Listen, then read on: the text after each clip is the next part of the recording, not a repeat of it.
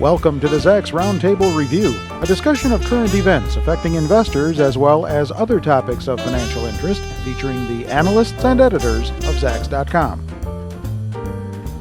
Yet another wrinkle in the bank stress test saga, and should investors sell in May and go away as the stock market tries to ride the momentum for still another week? That's what we're discussing with this week's panelists at the roundtable: Senior Market Analyst Charles Rotblut, Zacks.com stock analyst Tracy Reinick, and that top stock screener and market technician himself, Kevin Matris.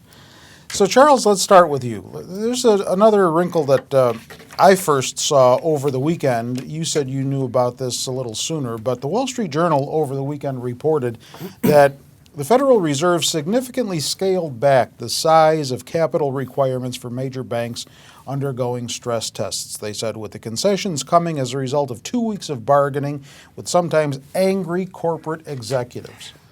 What do you make of this? Well, it's not a surprise. Everybody knew that banks were trying to lobby the stress tests. The stress tests themselves were all being configured. So that's why there wasn't a lot of confidence. And I think stepping back, people need to realize this all was a big setup to prevent a run on the Bailey building and loan. We don't want a repeat of It's Wonderful Life where everybody had to get out of the Christmas savings and come to the bank on Christmas Day to save it. And that's exactly what's going on with Citigroup, with Bank of America, et cetera. It was all a publicity stunt to get people feeling confident about the banks and prevent a run on it. So basically it's a way that Geithner's saying, without coming out and saying, these 19 banks are too big to fail. Now, granted, there was 9 banks that don't need to do anything in terms of raising additional cash. There are 10 that were. But I think the bigger point that's not being said is that after we've gone through all this, nobody still knows what these toxic assets are worth. And despite all the stress tests, besides all this discussion of Tier 1 capitals and bank earnings, we still have no solution for those toxic assets, or should I say legacy assets. Yes, that's a better term. And more, I can't even say it straight. And more politically correct. You can't say it with a straight face. I can't say it with a straight face. But you did bring some supporting material with you for this, huh? Yeah, I think one thing to do is to think about, as we're talking about the banks, it's important to realize just how far these stocks have run. And behind me, I actually have the chart here of the banking ETF, actually, and you can see it's up 110% since early March. So we've had this huge run in bank stocks. And before we started filming this, I was commenting yesterday how I overheard a couple of people talking about, going to Citigroup and buying it on the dips. I think at this point, store clerks giving that advice. Yeah, at the Men's Warehouse, you get suit and stock advice. Hey, why not? But I think, for someone who's missed out on the rally, it's important to realize that these stocks are now extremely risky given the run. And they have been trading off of speculation. So if you've been waiting for the stress test and now you're thinking, oh, now's the time when I'm going to jump in the bank stocks, I really think it's too late from a short-term perspective to get into them. So Tracy, the article went on to say in the Journal over the weekend that at least half of the banks undergoing the stress tests pushed back against the test findings, and many top bank officers were furious with what they viewed as the Fed's exaggerated capital holes.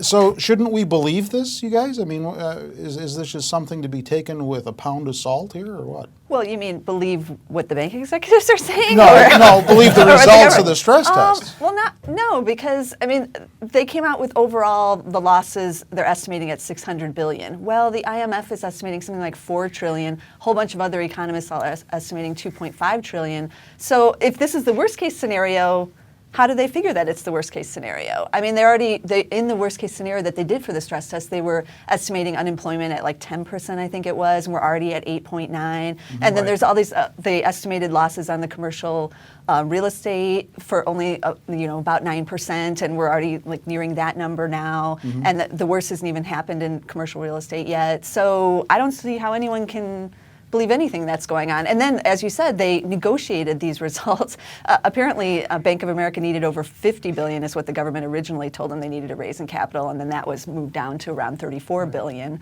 So what's the number then if this is all arbitrary, 50, 34, just a few billions here and there? Kevin, talked to any store clerks lately? No. This is all like the story of Goldilocks, but I don't think there's any real happy ending. You've got the people in the investment community who were saying that the stress test was way too easy, designed to, create a warm, fuzzy feeling out there. Then you have the banks, which I found kind of laughable, pushing back, saying that their capital shortfalls were grossly exaggerated. But then you have the government, who is saying everything is just right.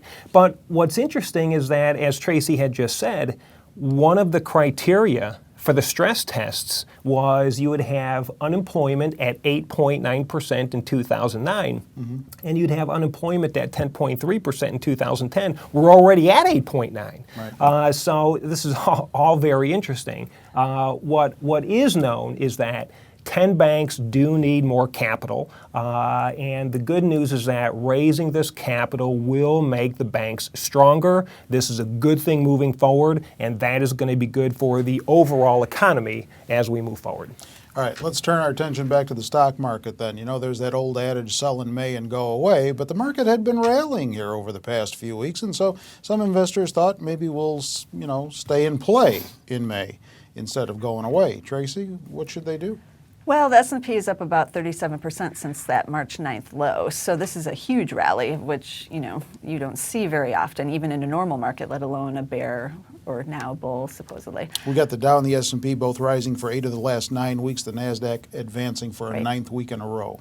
Right. So, a lot of the gains are already priced in. The market, if you look at it fundamentally, is not very cheap right now. It's trading about 15 times forward earnings, which we don't even for sure know what those forward earnings are still going to be. So that's not altogether cheap. I mean, cheap would be under 10. So, where's the upside here? If you sell now and go away, you're likely to see some more opportunities come in the fall. So yeah, I would say that old adage is probably a good bet right here. All right, Kevin, glass half empty or half full? The adage of sell in May and go away was dead right last year. I think Steve actually said that when we were here back in May. But I think that saying is only 50% right. So who knows what's going to happen, but let me paint this scenario. The market is up significantly from the lows that we had seen. Excuse me. But the rally that we had seen really is only, got a frog in my throat today. The rally that we have seen has only just unwound the end of the world scenario that had been taking place in January and February and March. So I could make a case that since the stimulus money hasn't even kicked in, I can make a case that the market is going to start pricing that into the market this summer. So I think selling in May and going away this year may not be such a good idea. I think continuing to play in May and trying to be able to reprice the stock market and the general economy may be the smart bet this year. Now, I'm going to bring this to your attention if you don't already know it, but you probably do because you follow industries. It's very curious, to me anyway, and maybe to some others, that stock market's recent rise coincides with a recent rally in commodities. It has, and what you're seeing in commodities is an expectation that we'll have an economic recovery sooner than later, and that's why you're starting to see oil rally. Gold's actually been in a trading range, but we're seeing some other commodities going up in terms of agricultural, various metals. And I think it goes back to what Kevin said, and obviously Kevin and I are different sides in terms of our bullish and bearishness, but I think we both agree that we're going to get a pullback right now, simply because we had so much of a rally, but it did price in a worst case scenario. And when you look at the economy, we are seeing signs that the pace of deterioration has slowed. That should actually help stocks get a little bit of lift. The problem is, as Tracy said, we don't know what earnings are going to be like this year, so I think it's questionable as to where we're going to end up, and I think I take a little bit more bearish stance than Kevin does on that, but I think it's a situation where we will see a sell in May, but I don't think you should go away. I think you should look at that dip as a buying opportunity. Be selective, dollar cost average. I wouldn't necessarily expect another 30% gain coming out of it because we did have a worst case scenario priced in. We don't have that anymore, so it's going to be somewhere between, absolutely awful and not so bad. I still think we'll be down for the year, but I do think this next dip is going to be a historic buying opportunity for people.